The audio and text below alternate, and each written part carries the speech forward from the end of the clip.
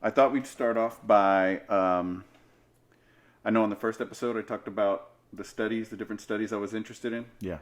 And this study particularly is my favorite study ever done. And it is called Major Histocompatibility Complex. And basically what it is so it has to do with attraction. So all of us are curious about the dynamics of how we're attracted to certain people, and some of us think it's superficial looks or something like that, but it's actually not. So let me tell you about this study because it's wonderful, and it's going to blow your mind. So what happened was scientists got a whole bunch of men, and they had them wear shirts, and they wore the shirts for 2 days, and then they put them in a box, right? And then they had two separate rooms of women. So in one room, they had, I think it was 44 women or 44 men, and then like 50 women. So what they would do is they would smell the shirt inside of the box, and on a scale from 1 to 10, they would determine how attractive the man was based on his smell, right? This is where it gets interesting. The women wrote on a scale of 1 to 10 how attracted they were. Then they went to the other room and did the same thing with the women. In the first room, they brought in the men that were wearing the shirts, and they had over 80% compatibility of who they physically thought was attractive through their shirt versus who they saw. And do you want to know why? Why is that? Because what they determined is they pulled their blood initially, and in the blood was that thing I was telling you about that's called the Major Histocompatibility Complex. And really what it is it's a DNA molecule inside of your immune system that determines how they fight off different things. And the women were attracted to the men mostly on the smell, where they had what the woman lacked to produce a healthy baby. Oh, wow. Yes. So I've heard of something like that, but not to that extent where naturally a woman down to our basics, before technology, before vehicles, before status and all this was I guess important, or looked at, in a high manner. When it comes down to your basic instincts and the natural person of who you are, supposedly the way that it worked was, and I don't know if I guess it still does maybe, and you're about to shed some light on it, but it was supposed to be that the woman would always look for the strongest male that was around so that they could reproduce and have, a family or whatever, and that was basically how it used to be. So it's kind of rooted in that. The part that I didn't tell you about was that second room. This completely threw everything off because that room was comprised about how many women took birth control. So when they went into the room and said, measure these men on a scale from 1 to 10, how attractive you are, it was off. Way off than the first room. And the reason why is because of birth control, which draws the hypothesis from those scientists that said they're thinking the reason why there's a lot of divorce with newlyweds is because women would get off the birth control and then they would try to produce a baby and immediately are no longer attracted to their mate because he does not have what is required to produce a healthy baby. This has a lot to. This is like the pseudoscience. It's not really pseudoscience because it's rooted in study, but it's interesting enough that we have a sixth sense based on smell, like pheromones, where women could say, "I'm attracted to this guy because he can produce a healthy baby." Yeah, that is incredible to me. Very incredible Because it's a sense that women get, and I'd even take it a step further, is women don't get enough credit for the amount of power that they have. Extremely powerful. Very powerful. Yeah. But they allow their insecurities to block that power when, they have a lot of power over us. I don't know if they allow, though. Do you think that they allow their insecurities? I think it is overpowered by the insecurities, which is kind of the same thing, but not.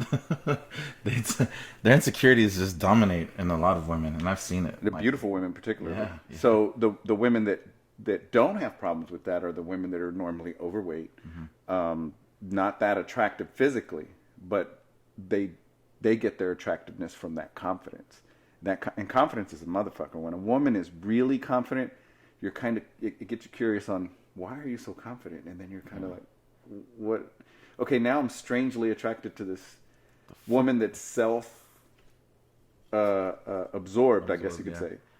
And there are those things. Whereas, have you ever met a woman that's beautiful and confident? And that's rare. Well, sometimes. But when you do, yeah. They are, wow. Like, they are extremely attractive. Like, you're drawn to them, and it's very powerful. What do you think is making those gorgeous women that are physically fit and just beautiful, just like all around physically, what do you think makes them insecure in the first place? Because that seems to be a growing trend nowadays, in my opinion. I see a lot of women that are absolutely flawless and like perfect physically, but then once you start talking to them, you start to uncover these layers of insecurity.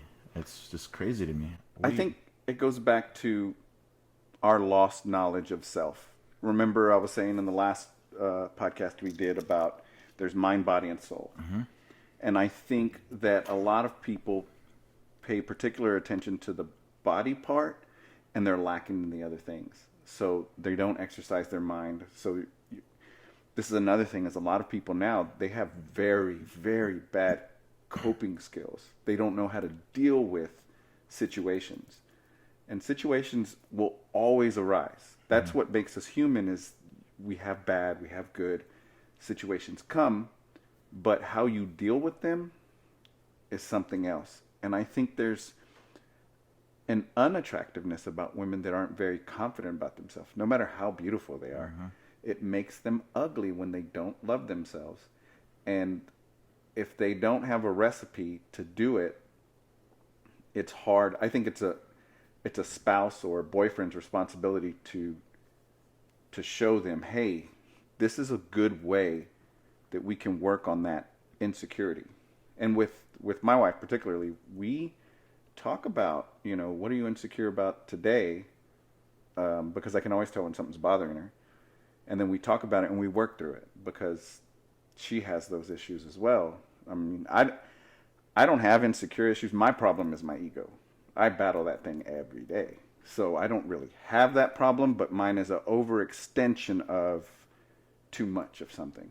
So I'm kind of the opposite, whereas she and beautiful women alike will not have that confidence when they really should be. Yeah. Yeah, I agree with you 100%.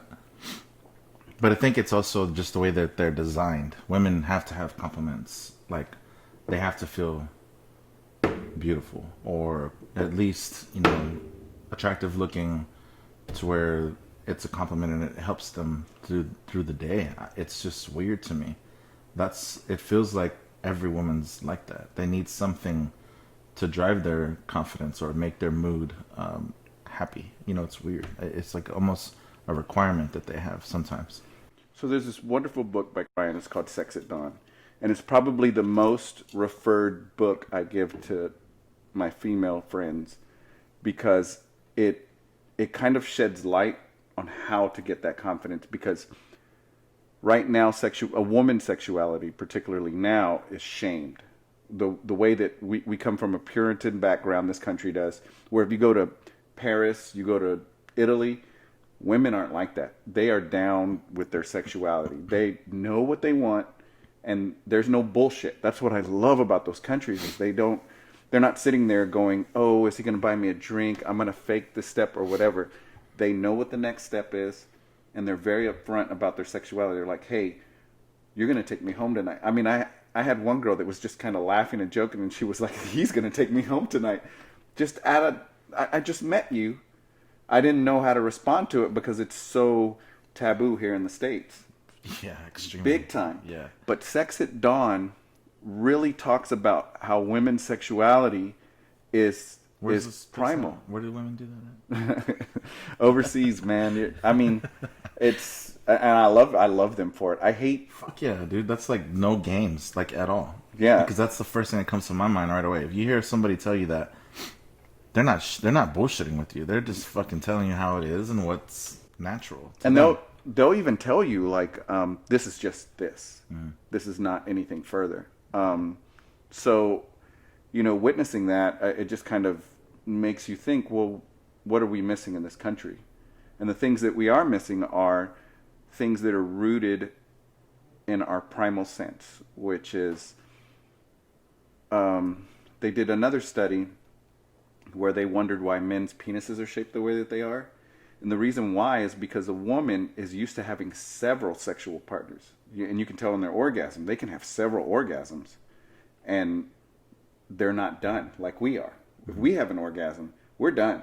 Yeah. There are some men that can pick up another round. When I was younger. But that other round, and I'm not one of those men. When I'm done, I'm done. That's it. It's Mimi time. Yeah. And when they can pick up another round, but they can, it's not with the same type of intensity that the first one was. Yeah. So women can go several times, and what they were saying was there's two types of primates that we come from. There's chimpanzees and there's bonobos. Chimpanzees are the evil part of us, the ones that'll rip your head off and, selfish part. And the bonobos are very kind, and they're also the only other mammal, aside from dolphins, that have sex for pleasure. We're the only ones that have sex for pleasure. Everyone else does it for procreation. Wow. So what they're saying is, they do things like oral. They do things to stimulate their partner without procreation in mind.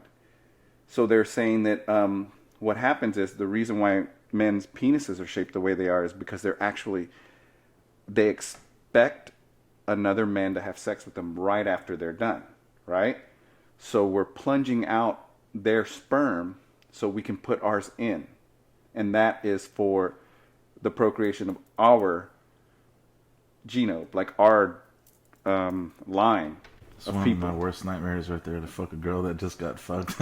Well, it's somebody else's sperm on my dick. it's very common. It's fucking nasty. It's very very very often that would happen. And I'll even give you another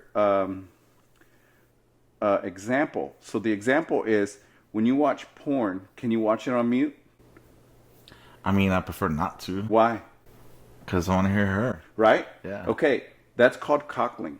And the woman moans because she's calling other males in the area to come have sex with her right afterwards so she can procreate. So all this time, all these bitches that I've been fucking, they've been moaning and they're calling other motherfuckers? Yeah, not intentionally. Not intentionally.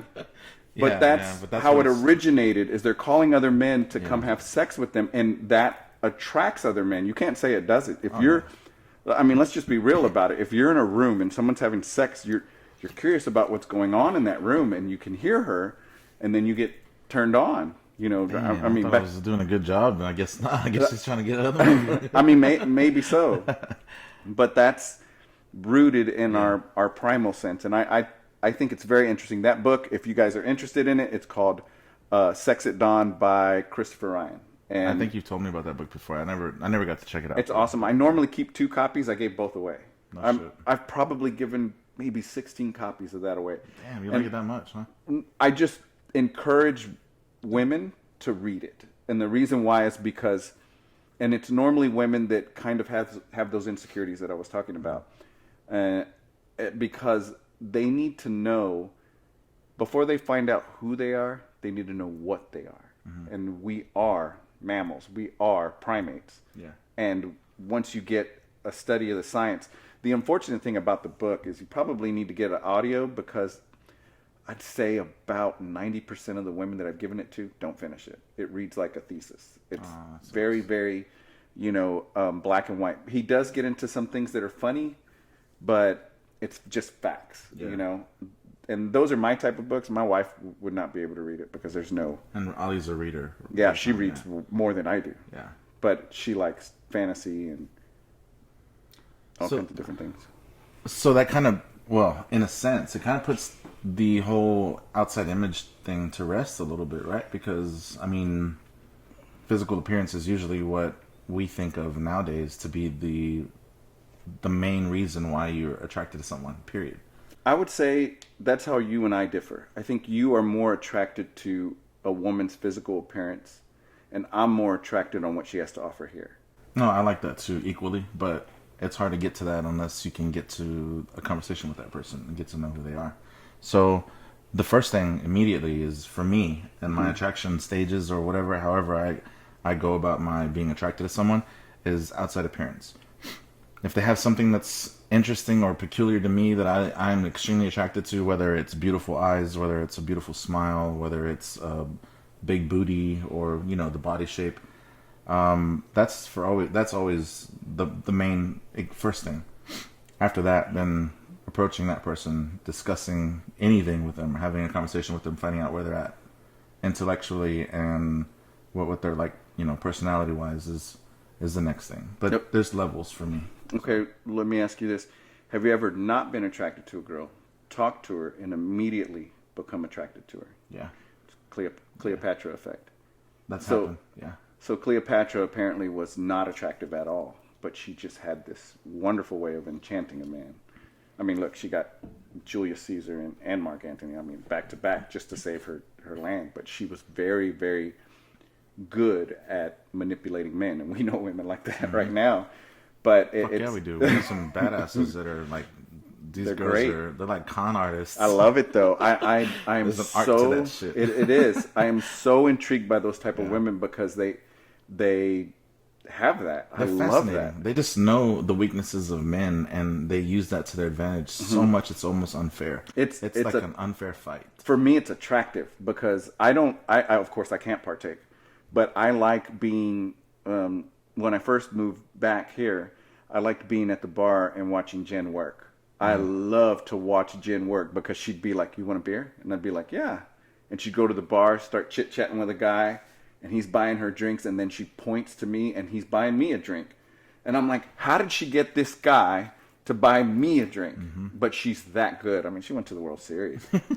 Some guy bought her tickets to the World Series. That motherfucker she's a master. She's a master. Shit. Yeah. Very, very good. I would tell Ollie about her all the time, and she's like, "What?" And then we went out with her, and Ollie's like, "All right, I get it." Yeah. But it does intrigue you, though. You definitely want to learn what her tactics are and how she gets so much. This lady, she could just get anybody to do anything that was even semi-attracted to her because of how she handled herself. Yeah. She was just good at it. Yeah, she is she's good at it. Mm-hmm. She's probably still fucking getting free shit right now. For sure, man. For sure. She's just really that good. Yeah, she's really good.